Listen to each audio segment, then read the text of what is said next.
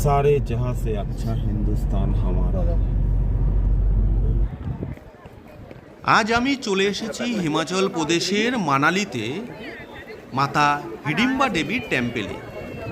এই হিডিম্বা দেবী আসলে পঞ্চ পাণ্ডবের দ্বিতীয় পাণ্ডব ভীমের স্ত্রী।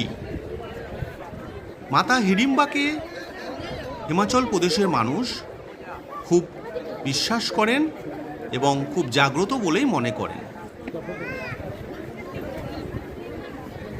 এই মন্দিরটি নির্মাণ সম্পূর্ণ কাঠের এবং মন্দিরের চারিপাশে পরিবেশ অসাধারণ সুন্দর এবং মন্দিরের গায়ে পাহাড়ি বিভিন্ন পশু পাখির শিং এবং মাথা দিয়ে পরিকার্য করা রয়েছে।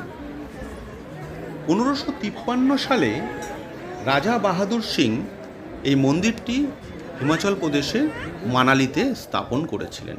তারপর থেকেই হিমাচল প্রদেশের মানুষের কাছে এই মন্দিরটি একটি জাগ্রত মন্দির হিসেবে পরিচিত।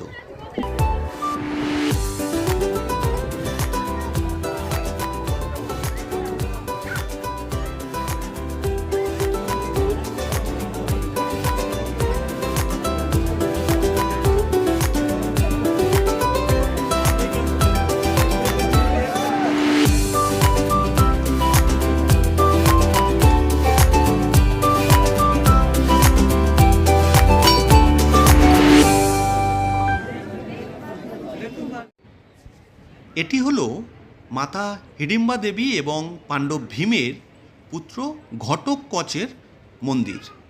ঘটোৎকচ মূলত মহাযোদ্ধা ছিলেন, তাই তিনি এই গাছের নিচে বসেই নাকি ধ্যান করতেন। তাই এখানের মানুষের বিশ্বাস যে ঘটোৎকচের উদ্দেশ্যে তখনকার দিনের অস্ত্র শস্ত্র এবং পশুর মাথা শিং দান করা হলে নাকি পরিবারে শান্তি বজায় থাকে এবং অশুভ শক্তির বিনাশ হয়। তাই ঘটোৎকচের উদ্দেশ্যে এই ধরনের ত্রিশূল বল্লম এই ধরনের শস্ত্র দান করে এখানকার মানুষ।